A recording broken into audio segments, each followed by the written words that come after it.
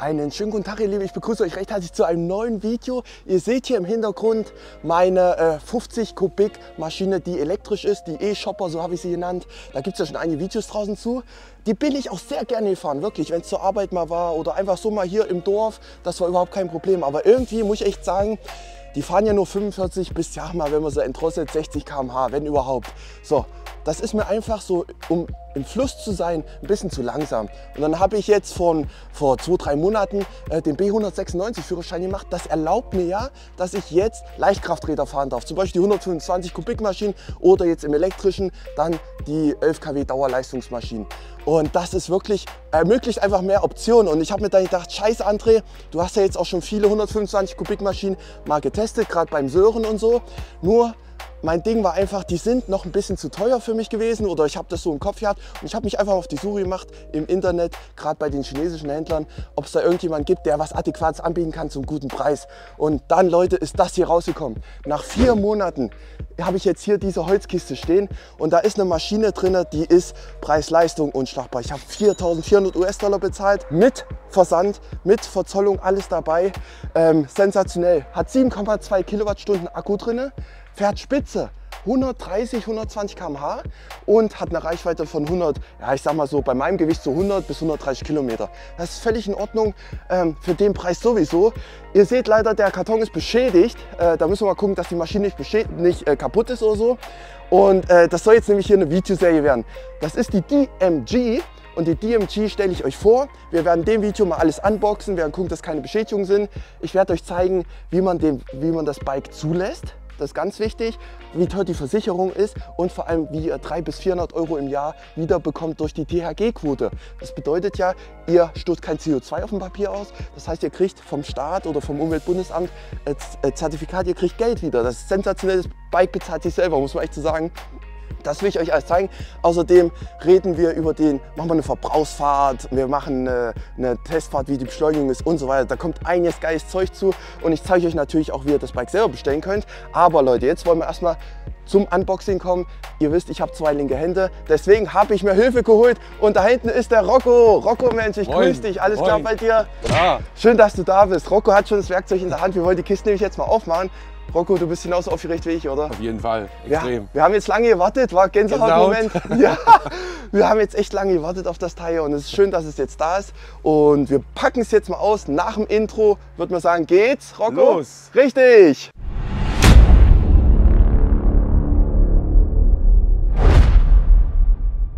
So Leute, also es ist wirklich ein bisschen schade, dass das Teil beschädigt ankam. Ich kann es euch ja mal zeigen, das ist hier komplett rausgebrochen.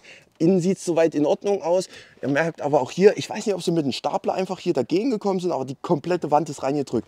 Ist ärgerlich, Rocco, oder? Ja, hier sieht man noch die Holzverstrebung. Ja. Auf der Rückseite ist es nicht. Auf der Rückseite ist soweit alles in Ordnung, Genau. Die Kiste ist unbeschädigt, das passt soweit, aber ja, ihr müsst mal gucken, die kam aus China jetzt, die hat tausende Kilometer hinter sich vom Transportweg und dann kann das mal passieren. Aber wie gesagt, es sieht gar nicht so verkehrt aus, oder Rocco? Nee, sieht super aus. Wenn wir mal reingucken hier. Ist ja ein bisschen Luft dazwischen, Ja. so Polsterfolie dazwischen. Ja, das kann ich euch schon gleich sagen. Ihr werdet das Bike wiedererkennen vom Design. Ihr werdet es wiedererkennen, weil, ihr müsst euch vorstellen, ich bin direkt an die Urhersteller gegangen, die diese Bikes herstellen, in der großen Manufaktur. Rocco, du bist hier Spezialist, ich würde sagen, wir greifen jetzt mal an. Du versuchst das mal schön langsam aufzupacken, oder? Ich habe hier Stativ noch aufgebaut. Das heißt, ich filme das jetzt mal ein bisschen in Zeitraffer und dann gucken wir mal, dass das Bike unbeschädigt ist. Ansonsten habe ich ein Problem, ohne Mist.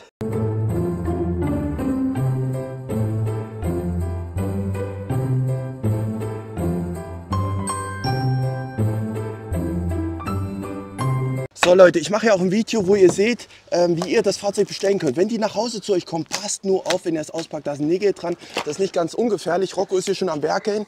Wir leuchten schon mal rein. Wow, ich bin sehr gespannt. Sie haben es auch gut gedämmt. Also ich denke mal, da sollte nichts kaputt sein.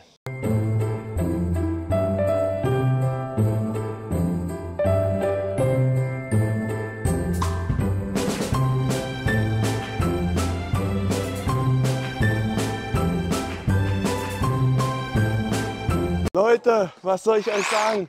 Wahnsinn, Rocco, ey, jetzt haben wir eine Stichsäge, jetzt geht's vorwärts. So Leute, Rocco packt das weiter schön aus und hier haben wir das, ja, wie nennen wir COC-Papier mit allen Taten. Das ist ganz wichtig, wenn ihr das auspackt, müsst ihr das auf jeden Fall behalten, denn damit geht ihr dann später zur Zulassungsstelle. 2000 Jahre später. So Leute, wir haben es jetzt fertig entpackt, also nicht ganz fertig, aber schon mal diese Holzkiste aufgemacht und ihr seht hier auch, ich bin überwältigt. Das kann man sich nicht vorstellen, Handelswege. Ist jetzt von China hierher gekommen, sieht auch ganz in Ordnung noch aus. Wie gesagt, alles schön gesichert, das haben sie echt gut gemacht, muss man sagen. Ich bin wirklich sehr zufrieden. Scheint auch keine Beschädigung gekommen sein. Die Ständer haben wir hier auch alles dabei, die Klappen. Und das Design, wer kann schon erkennen? Wir haben hier auch so einen Stopper, wenn es umfällt. Wer kann das Design schon ein bisschen zuordnen? Wir packen es jetzt mal komplett aus, da müsste es euch eigentlich klar sein. So, Rocco hat den Lenker mal freigelegt. Der ist natürlich jetzt lose. Den müssen wir hier noch dran schrauben. Rocco hat schon. Ich habe mir extra den neuen Display drauf schrauben lassen. Gucken wir uns nachher alles in Ruhe mal an. Aber ich bin schon wieder hier on fire, Rocco, oder? Was sagst du? Bist du zufrieden bisher? Ja.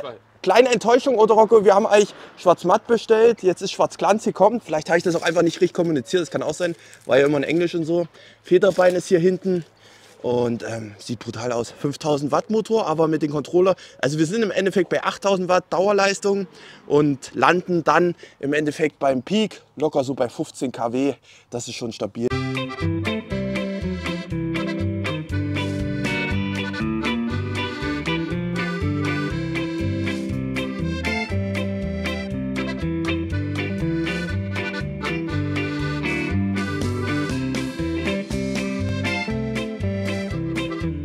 Ich habe schon mal hier die Kiste ausgepackt. Hier ist nämlich das Ladegerät versteckt.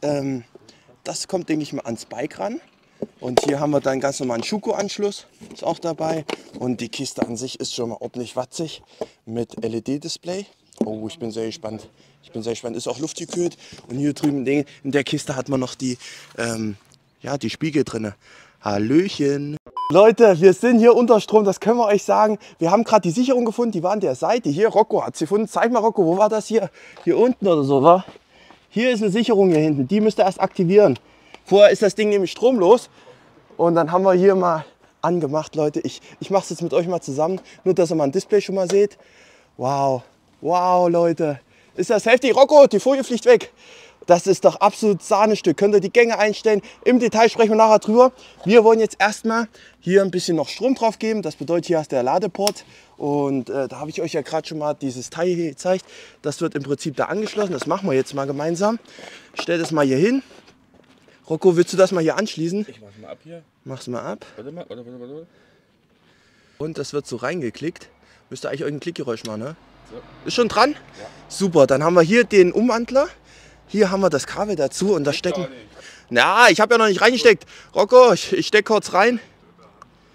Die dritte Hand fehlt. Ich habe reingesteckt. Gucken wir mal, ob irgendwas anzeigt hier. Noch. Ah doch, er blinkt grün unten. Und jetzt kommt er. Mal gucken, was er sagt. SOC zeigt er an und er ist wieder ausgegangen. Wow. Toller Moment. So, Rocco muss das mal übernehmen, weil ich habe falsch gedacht, ja. Jetzt geht's nämlich bestimmt auch. Ja, jetzt fängt er schon gleich an, Leute, jetzt funktioniert's. Er zeigt euch hier ein paar Daten an, ihr seht's. Stunden, Hour ist ein OLED-Display, sogar sehe ich gerade. Und er zeigt hier uns SOC an, der ist bei 46%. Und ja, in 15 Stunden ist er voll, oder was? Nee. Ach, 72 Volt, 15 Ampere. Und unten die Stundenzeit zeigt er auch an, hat er aktuell noch 0. So Leute, und wenn wir jetzt einmal dabei sind, können wir ja neben dem Laden noch ein bisschen den Lenker festmachen. Rocco ist 1 Meter, wie groß? 1,80 Meter. Und ihr seht ihn jetzt hier schon mal drauf sitzen. Oh, ist das ein sexy Anblick. Muss ich echt sagen, ich bin überwältigt. Es war der richtige Kauf für 4.400 US-Dollar. Das ist geschenkt. Riesen Akkupack hier unten drin. Seht ihr auch hier, da ist alles verbaut. Dann haben wir hier diese Stützen, das finde ich sehr cool, falls du mir doch mal umkippt. Wiegt ja 160 Kilo. Nein, die baust nicht ab, Rocco. Dann haben wir hier den Display. Seht ihr die Umdrehungszahlen. Hier oben halt auch die Volt, wie viel Prozent ihr jetzt aktuell habt. Er lädt auch gerade, zeigt er an. Ja, das ist Wahnsinn. Hat 2 Kilometer erst runter. Fahrstufe hast hier P. P hast du Fahrstufe, genau. Ah, jetzt kannst du die Modus auch ändern. Super, die kannst du bestimmt noch einstellen. Ob du, oh, Sport 4. Wow. Das werden wir alles mal testen. Hier haben wir noch einen Tankdeckel verbaut. Der ist noch aus alten Zeiten. Wenn wir den aufmachen, ist ein normaler Tankdeckel. War? Also Ducati, genau. Und ansonsten hier haben wir Licht. Kannst du mal Licht anmachen, Rocco? Ah, jetzt leuchtet es, Leute. Und da machen wir doch gleich die Entjungferung, wenn wir jetzt gleich dabei sind. dass wir hier die Folie abmachen. Boah, guckt euch das mal an. Hupe ist auch dabei. Alles am Start. Vorne haben wir ein, was haben wir das? Was ist das von der Reifengröße? 110, 70, 17 Zoll. Mit 2 schön bepackten Bremsscheiben, die uns auf jeden Fall dann auch zum Stopp zwingen.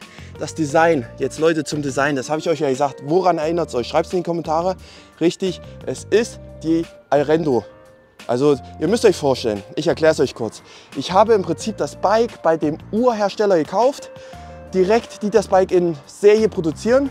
Und Alrendo ist im Prinzip ein Zwischenhändler, kann man so sagen, der das Bike da mit seinem Logo versieht, noch ein Typ 2 reinklatscht, oben in diesen Tankdeckel und dann halt an verkauft war. Und ich brauche aber keinen Typ 2, muss ich echt sagen, weil ich fahre nur mal hier über Land und ja, ich fahre jetzt keine Langstrecken irgendwie ins Ausland oder sowas. Von daher reicht mir das zum Rumcruisen mal. Rocco, der ist zu tief, der Lenker. So ist besser, so ist geil, ja. Das mache ich gleich, genau.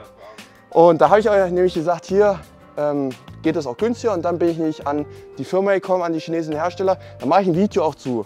Da braucht ihr jetzt nicht 100-fach fragen, wer das ist und sowas. Ich zeige euch das alles in dem nächsten Video, was jetzt dann in 2-3 Wochen kommt. Dann könnt ihr euch so ein Ding auch selber bestellen. Ich habe das auch mit denen abgeklärt, weil das Ding ist, jetzt haltet euch mal fest, das wird nur eigentlich von Hersteller zu Hersteller verkauft. Wie jetzt zum Beispiel von der Firma zu Alrendo, nicht zu Privatkunden. Ich habe aber mit denen gesprochen, habe gesagt, Leute, meine Community ist geil getroffen und würde gerne bestimmt auch so ein Teil fahren. Die haben auch andere noch im Angebot und habe ich halt abgeklärt, dass wenn ihr sagt, hier Codewort E-Fieber, dass dann auch ihr als Endverbraucher dieses Bike zugeschickt bekommt. Ist eine Ausnahme, ist wirklich eine Ausnahme. Wichtig ist, dass ihr sagt, ihr kommt von E-Fieber. Und ja, ansonsten gucken wir hier mal weiter. Hier unten ist der Ladeport, da können wir jetzt hier schön entspannt drüber laden. Wie sitzt sich's drauf, Rocco? Was sagst du? Angenehm. Angenehm? Lenker muss dann eingestellt werden, also André seine Höhe.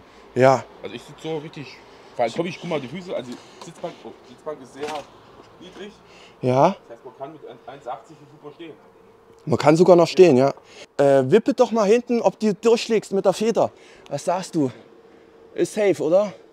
Okay, weil ich habe gehört, dass bei manchen Alrendo-Dingern, die sind zwar noch mal ein Stück schwerer, aber dass die Feder durchhaut. Das haben wir hier jetzt anscheinend nicht das Problem. Ist der? Ist der? Muss mal gucken, wenn wir mal Huckel fahren, aber guck mal. Ja. Nee, das sieht doch gut aus. Das sieht richtig gut aus. Hinten, was haben wir hier noch? Nabenmotor. Das sind, also effektiv sind es eigentlich 5000 Watt. Wir haben aber hier 8000 Watt drin, weil wir haben auch den anderen Controller drin. Also es ist eine ganz andere Steuerung verbaut. Wir sehen ja auch die Kabelführung da rein. Das sieht auch alles vernünftig aus. Qualitativ muss ich echt sagen, bin ich überwältigt. Ich bin sehr zufrieden. Hinten kann noch einer mitfahren. Seht ihr hier auch. Ja gut, jetzt haben wir hier eine kleine Lackschramme. Müssen wir mal gucken. Aber ansonsten, ja, so ein paar Kratzer lassen sich halt nicht vermeiden. Und, oh, wie geil ist das, Rocco? Das musst du dir nachher mal angucken. Die Seiten leuchten hier auch. Sehr sexy, super sexy. Haben wir auch noch mal Rücklicht. Kannst du mal bremsen, Rocco? Müsste ja leuchten eigentlich. Ja, leuchtet auch, alles safe. Passt auch, kannst du blinken mal? Die Blinker sind nämlich hier unten. Passt auch, alles gut. LED sogar, schön mit getönten Lichtern. Das seht ihr hier nochmal. Bremse ist auch funktional und Licht hier an der Seite auch. Das ist wie bei Knight Rider. So, hinten, was haben wir von Reifen verbaut? 140er war. Genau, DOT, das ist ein 140er. 70, auch mit 17 Zoll. Hier ist der Nabenmotor drin. Und Ständer haben wir auch dabei. Hier ist das Akku-Pack verbaut, 7,2 Kilowattstunden. Ich bin überwältigt, Rocco. Ich bin einfach überwältigt. 46%. 46%, lädt aber schnell. Wie viel hatten wir vorhin? 41? Wow. Oh, Rocco, das ist eine Optik. Lichthube? Ja, funktioniert auch. Kannst du noch mal blinken? Ja, geht auch super. Ja, eigentlich alle Funktionen getestet, oder? Wow. Hupe? Geht auch. Alles dabei, Rocco. Wir haben ja wieder Schlüssel, nicht so viele wie jetzt bei diesen 50 Kubik Maschinen. Hier haben wir halt nur ein paar. Das finde ich sehr gut, sehr gut. Mit den Grundfunktionen. Aufmachen, hier ist starten und hier ist wieder schließen. Den brauchen wir vielleicht noch hier für einen Tankdeckel. Aber wie gesagt, das ist nur Imitat. Das ist ja noch von alten Zeiten, würde ich sagen. Aber ansonsten für die Optik ist gut. Display haben wir auch gezeigt. Und hier haben wir halt die Grundfunktion. Können wir ja nicht nochmal zeigen. Licht. Licht. Geil ist, André, kannst du mal filmen, guck mal aufs Display. Ja. Oh. Also wenn du tagsüber fährst, ist es halt hell. Sobald du Licht einschaltest, wird es dunkel. Sehr geil. Das schwarze Display. Haben an alles gedacht hier, die Chinesen. Hier, was ist das? Gasgriff, wa? Gas. Hier hast du aus. Ja. Und warum habe ich hier zwei Bremsen? Eigentlich Vorne. für hinten und vorne. Da hast du nichts. Ach so, oh, ich habe keine Fußbremse. Du hast nur die Kupplung normalerweise. Ja. Hier hast du Vorderradbremse. Müsst ihr darauf achten, wenn er jetzt umsteigt vielleicht auf Elektro, dass er dann nicht hier denkt, er zieht die Kupplung und dann legt er euch aufs Maul, wa? Das ist schön, dass hier die Vorderradbremse ist und nicht da, weil dann wird es kritisch. Wenn die Kupplung nicht voll durchreißt, dann wirst du vorne den hier machen. Dann geht's ab, ja, absolut. Und ansonsten, was haben wir auf der Seite hier noch? Hier hast du oben Lichthupe. Siehst du auch gleich Warte hier. mal, ja? Das ist nachts halt, wenn du das Licht anmachst. Ist dunkel. Lichthupe. Zeig mal, wo sehe ich denn dein Icon? Ich sehe da gar nichts. Ach da! Ach, hier an der Seite haben wir auch noch mal Logos. Das ist ja cool. Da ist hier Licht, Abblendlicht, Ja. Warnblinklicht. Mhm. Leuchtet auch hier links und rechts. Okay, super. Also ihr seht im Tacho immer alles gleich mit dabei. Das ist Hupe. super. Ist hier unten und hier halt die Fahrstufen. Die kann man halt hier mit einem Drehregler rückwärts Ja, parken. ja. D, Stufe 2 und Sport, Stufe 4. Wow, wow. Ich bin sehr gespannt, Leute. Ich lasse das Bike jetzt in 3 Tagen zu, das ist Montag dann. Und dann werden wir auf jeden Fall mal schöne Fahreindrücke euch liefern, wie das jetzt fährt, auch wie es sich anfühlt mit einem tiefen Schwerpunkt. Das Ding ist nicht leicht. Wow, ich bin überwältigt, ich bin sehr überwältigt, ich bin zufrieden. Wir sind gerade mal auf abgesperrter Strecke gefahren und haben schon mal grob angetestet. Es klappt auch alles. Rocco sieht super aus, wirklich einwandfrei. Wir laden den Hobel jetzt noch voll und ich werde euch dann mitnehmen auf zur Zulassungsstelle und ich sage euch auch, was die Versicherung kostet. Das muss ich noch rausbekommen, weil du brauchst ja auch eine EVB-Nummer und so. Und dann melde ich das Ding an. Da werde ich euch auf jeden Fall in dem Video noch mitnehmen. Wir laden den jetzt noch. Rocco, Ja. vielen, vielen Dank. Was sagst du nochmal, deine Impression? Was schätzt du? Super, super. Abgesperrte Strecke. Ist auf jeden Fall ein großer Unterschied zur kleinen, ist ja klar, 125 und 50 Kubikklasse. Ja. Aber gerade so ab 50 rum, vielleicht Verrückt. richtig schön Punch, ja. Ab Wahnsinn. 50 knallt er durch. Auch schön berghoch, du kannst schön hochfahren. Passt super, Ja, was, echt super. was zeigt die Reichweite an? Vorhin hat man irgendwas. 43. Ja, das passt. Ja, wird die immer beschleunigt. Ja, testen wir jetzt gerade erst. Ist ja klar. Und dann machen wir eine schöne Verbrauchsfahrt noch ein Video zu, Beschleunigungsvideo und so. Ihr werdet noch einige Videos sehen von der Karre. In diesem Sinne, Rocco, vielen Dank. Und wir sehen uns jetzt am nächsten Tag dann bei der Zulassungsstelle. Zweiter Tag. Einen schönen guten Morgen, ihr Lieben. Ich begrüße euch recht herzlich. Ich bin gerade in Marburg bei der Zulassungsstelle. Ich will das Bike heute anmelden. Ich weiß nicht, ob es klappt, Leute. Muss ich echt so sagen. Wir gucken mal. Die Sonne geht auf. Perfekter Moment wieder. Und ich habe ein paar Dokumente jetzt hier liegen. Die will ich euch gleich erklären. Vorher müssen wir über die Versicherung sprechen. Denn ich bin eigentlich ein Freund, muss ich echt sagen, von der Hook 24. Deswegen habe ich da auch gleich angerufen und habe gesagt, hier Leute, ich habe hier so ein chinesisches Elektro-Bike und würde das gerne bei euch versichern. Und dann musste ich halt den Namen des Bikes durchgeben und den Hersteller und so. Und ja, die haben dann gleich gesagt, den haben wir gar nicht bei uns in der Liste drin. So, und ich so, scheiße, was mache ich denn jetzt? Und dann hat die junge Dame gesagt am Telefon, André, mach dir keine Sorgen, geh mal zur Hook Coburg. Das ist ja also die Hook 24 ist die Online-Versicherer und die Hook Coburg ist die feste Versicherung da. Habe ich da auch angerufen, war auch direkt jemand da. Und da habe ich die Daten durchgegeben von dem Bike, was für eine Leistung es hat, wie der Hersteller heißt und welche Klasse das ungefähr entspricht, also 125 Kubik Klasse bzw. 11 kW. Und dann hat er das echt genehmigt. Jetzt haltet euch mal fest, ich darf das Bike das ganze Jahr fahren. Jeder darf das Bike fahren, also auch wenn Rocco mal fahren will und so weiter, ist alles in der Versicherung mit drin. Ich bezahle im Jahr mit, ich glaube, ich habe 6000 Kilometer angegeben, bezahle ich 120 Euro. Das ist geschenkt, Leute. Das ist einfach geschenkt. Und wenn ihr euch mal überlegt, 120 Euro Kosten, die ihr habt jedes Jahr, durch Versicherung zum Beispiel, und ihr kriegt 300 bis 400 in der THG-Quote wieder, da sprechen wir später noch drüber. Das ist doch krank, oder? Das ist absolut krank. So, jetzt sind wir aber erstmal hier bei der Zulassung noch. Ich brauche 3 Sachen im Prinzip. Erstens eine EVB-Nummer. Die habe ich jetzt hier nicht mit liegen, die ist im Handy drin. Die blende ich euch hier mal ein. Ich brauche eine EVB-Nummer. Dann brauche ich das COC-Papier. Das ist das hier, was ich euch ja eingangs schon mal gezeigt habe. Das ist ganz wichtig.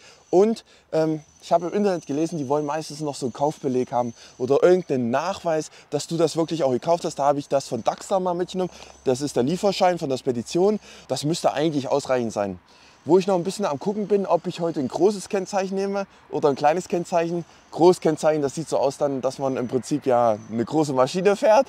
Ich weiß es noch nicht, müssen wir mal gucken. Ich habe Rocco auch noch mal gerade eine WhatsApp geschrieben, was er denkt. Und dann gehen wir jetzt gleich mal da rein. Und ich hoffe, alles klappt. Ihr werdet es gleich sehen. So ihr Lieben, Mann, das waren jetzt keine 10 Minuten und jetzt bin ich schon wieder fertig hier. Ein dickes Lob erstmal an die Zulassungsstelle in Marburg. Da ist ein System drin, das ist so flüssig, wenn du da bist, 5 Minuten bist du schon wieder fertig. So, jetzt kommen wir auch mal zum Bike. Kennzeichen seht ihr hier. Jetzt werden einige sagen, hä, das ist aber kein Leichtkraftrad-Kennzeichen. Nein, ich habe gesagt, hier, gebt mir doch bitte ein großes Kennzeichen, das passt schon hinten auf die breite Fläche und so sieht das Ganze jetzt aus. Ich hätte auch einen E noch nehmen können. Also dass hier ein E-Kennzeichen wie beim Auto mit so drauf ist, das kennt ihr ja von hier drüben. Zum Beispiel hier bei meiner Frau auf der Zoe habe ich ein E drauf. Das habe ich aber gesagt, brauche ich nicht. Weil ich lade eher selten im öffentlichen Raum. Und von daher ist einfach nur, ja, optisch auch, finde ich das wesentlich schöner. So, jetzt kann ich das nicht hier aufs Autolack legen, sonst ist es kaputt. Was hat der Spaß jetzt gekostet? Insgesamt waren das jetzt 60 Euro, 40 Euro Zulassung und 20 Euro fürs Kennzeichen. Und das ist völlig auch in Ordnung. Wie gesagt, die haben auch nicht, also sie haben sich untereinander unterhalten, das habe ich mitbekommen. Ja, brauchen wir jetzt noch einen Kaufbeleg oder nicht? Aber der Chef hat dann auch gesagt, normalerweise, es ist eine Neuzulassung. Da reicht ein COC-Papier, ihr bringt eine EVB mit und dann ist Schicht im Schacht. Also mehr braucht ihr auch gar nicht. Und ich habe jetzt hier auch den Schein bekommen. Das bedeutet, hier stehen die ganzen Informationen drauf. Zum Beispiel auch, dass das Bike, der Hersteller ist mit hier drauf und auch, dass es 11 kW Klasse ist ungefähr. Das seht ihr hier auch nochmal. Ist alles in Ordnung. Bin ich sehr zufrieden. 29.08. ist Erstzulassung. Wow, es ist sensationell, dass es auch so einfach klappt. Also wisst ihr auch schon mal Bescheid. So, wie geht es jetzt weiter? Ich möchte mit dem Schein ja jetzt auch die THG-Quote beantragen. Das nehme ich euch jetzt auch nochmal mit. Und danach ist das Video dann erstmal zu Ende. Aber THG-Quote, die 300 bis 400 Euro im Jahr pro Jahr. Die holen wir uns noch. So Leute, ich wollte gerade losfahren, da fällt mir noch eine Sache ein und zwar Thema Steuern. Wie sieht das da eigentlich aus? Wie hoch ist die? Ganz einfach Leute, da ist bei Zero, die ist bei 0. Und zwar ist es nämlich so, Elektroautos und Elektro-Leichtkrafträder sowie Motorräder sind 10 Jahre steuerbefreit. Überlegt euch das mal. Das heißt, ich zahle für den Hobel dann nicht mal Steuern und es ist zwar angemeldet, ich muss ja auch TÜV machen, ich weiß nicht, wann der nächste TÜV ist, wir können ja gerade mal gucken. Der nächste TÜV ist 2024. Das bedeutet, ich habe jetzt erstmal 2 Jahre Ruhe, bevor ich wieder zum TÜV muss. Also ich sage euch, wie es ist, das Bike trägt sich selbst. Wenn ich jetzt noch THG-Quote beantrage von 300 bis 400 Euro, die ich jedes Jahr bekomme, das ist ein Selbstläufer, muss ich echt so sagen. Kann ich nur empfehlen. Aber wie gesagt, THG-Quote geht es jetzt weiter. Ich grüße euch. Wir haben einen neuen Tag und zwar will ich euch in diesem Schritt jetzt endlich erklären, wie ihr dafür, dass ihr elektrisch fahrt, auch noch belohnt werdet. Und zwar mit, ich sag mal, 300 bis 400 Euro jedes Jahr. Das ist Wahnsinn, kann man sich gar nicht vorstellen. Für alle, die neu in der eFever-Community sind, werde ich es jetzt noch mal kurz erklären. Die anderen, die vielleicht schon länger dabei sind, die werden das bereits schon wissen. Und zwar gibt es die sogenannte THG-Quote. Das bedeutet, wir fahren elektrisch, egal ob Elektroauto oder Elektromoped oder Motorrad, und erhalten dafür Geld. Im Prinzip dafür, dass wir kein CO2 ausstoßen. Warum erhalten wir Geld? Ganz einfach, da draußen gibt es Firmen oder andere Unternehmen, die viel CO2 ausstoßen und die nehmen unser CO2, um einfach ihre Bilanz zu verbessern. Und im Gegenzug zahlen die natürlich Geld und das erhalten wir. Es gibt da draußen verschiedene Anbieter, die für euch das alles machen und das euch dann auch auszahlen lassen. Ich habe lange am Markt rumgesucht und bin mittlerweile auch in einer Partnerschaft eingegangen mit geldfüreauto.de. Die kennt ihr vielleicht schon da draußen. Warum die? Ganz einfach, diese Marktführer, die zahlen das Geld immer, sobald es möglich ist, aus. Also sprich, wenn ich jetzt im Juli oder im August das Fahrzeug im Prinzip in die Datenbank eintrage und anmelde, dann erhalte ich das immer zu Beginn des nächsten Jahres. Das heißt jetzt 2023 werde ich dann im Januar oder Februar die Auszahlung erhalten. Die sind die auch mit als erstes auszahlen. Es gibt manche Kandidaten da draußen, die zahlen nämlich erst Mitte des nächsten Jahres aus. Das ist einfach ärgerlich, muss nicht sein. Und Geld für E-Auto ist da einfach super. Und wie gesagt, ich mache da mit denen eine Partnerschaft. Wenn ihr Bock drauf habt und sagt, hier, den André, den finde ich super oder den ganzen eFever-Kanal, ich supporte den, dann schaut mal in die Videobeschreibung, ich habe da einen Link drin und dann erhaltet ihr meistens sogar noch ein i-Tüpfelchen mehr als was der reguläre Satz ist. Ja, vielen Dank schon mal dafür. Was braucht ihr jetzt dafür? Ganz einfach einen Fahrzeugschein. Den habt ihr ja bekommen, wenn ihr das Fahrzeug angemeldet habt. Und eine kleine Sache noch. Ich habe gedacht, beim Elektromotorrad kriegt man auch einen Fahrzeugbrief, also den großen. Den gibt es bei den Leichtkrafträdern nicht. Wusste ich nicht. Ich habe dann schon Angst gekriegt, oh, habe ich was vergessen oder sowas. Nein, da gibt es noch diesen kleinen Brief hier. Und wie gesagt, den braucht ihr jetzt. Den müsst ihr im Prinzip mal abfotografieren. Das heißt die Vorderseite und die Rückseite. Das speichert ihr bei euch auf dem Computer und dann springen wir jetzt mal rein in die Übersicht von geldfüreauto.de.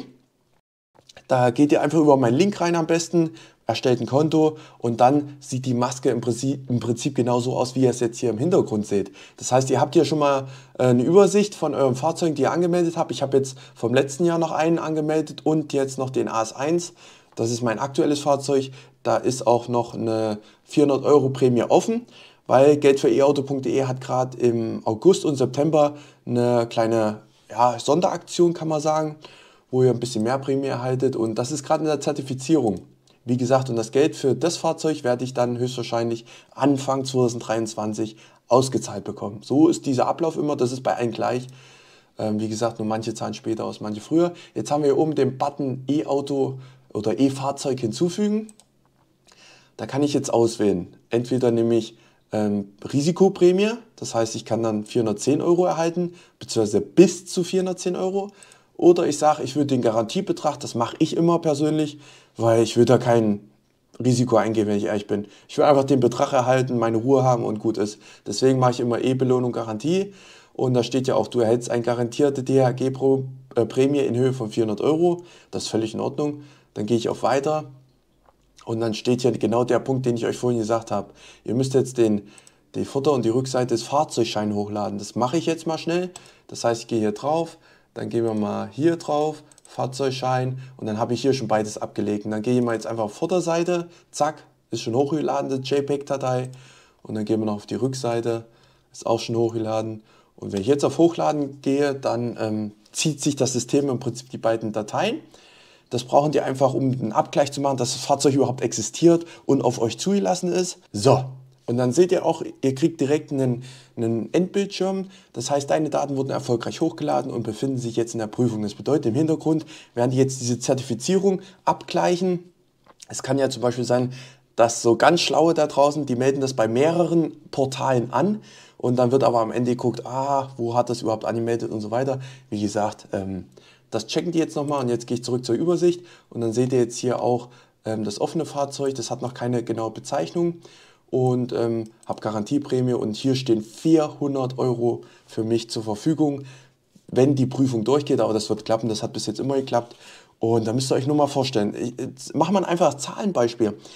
Wenn ich dieses Fahrzeug angenommen einfach mal 5 Jahre fahre, 5 mal 4 sind, wie viel sind das, 20? Das heißt, ich kriege 2000 € ausgezahlt in 5 Jahren. Das ist krank, das ist einfach krank. Das Fahrzeugbild, die Unterhaltskosten von dem Fahrzeug gleichen sich alleine schon aus mit der THG-Quote. Das ist verrückt, 120 € Versicherung für jedes Jahr. Ganzjährig kann ich da fahren, was will ich mehr? Und ich kriege 400 € von diesem Staat hier, von der Umweltzentrale da wieder. Das ist doch verrückt einfach, oder? Müsst ihr euch mal genau durchrechnen. Das Ding ist einfach eine Gewinnsituation. Deswegen macht das. Legt nichts zur Seite, sondern macht es direkt, wenn ihr das Fahrzeug angemeldet habt. Nehmt die Fahrzeugschein, macht Fotos, ladet das hier hoch und dann seid ihr safe. Und nächstes Jahr, Anfang nächsten Jahres, freut ihr euch dann immer, wenn die THG-Quote ausgeschüttet wird. Das ist einfach ein schönes Taschengeld, was man nicht missen möchte, Leute. So, im Prinzip sind wir jetzt erstmal durch mit dem Video. Ist doch recht lang geworden. Wir euch erwarten einige Videos noch dazu. Ich habe jetzt schon ein anderes Video aufgenommen zu meiner ersten Ausfahrt. Da habe ich euch komplett mitgenommen, habe ein paar Fakten erzählt, wie auch eine Kurvenlage ist und so weiter. Das heißt, abonniert den Kanal und wir werden noch ein Video machen, jetzt wie gesagt, wie ihr das Fahrzeug auch bestellen könnt. Das wollen die meisten ja von euch, denke ich, wissen. Das ist nicht ganz einfach, aber ich versuche euch da einfach an die Hand zu nehmen und durchzuführen. Und dann habt ihr dann auch die Möglichkeit, das Bike selber zu bestellen. Und ansonsten kommen noch so ein paar Fahreindrücke. Rocco kommt jetzt morgen zum Beispiel, wir machen auch ein paar Sachen. Also es wird cool werden, Leute, halt die Ohren steif. Wir sehen uns nächstes Video wieder. Macht's gut, ciao.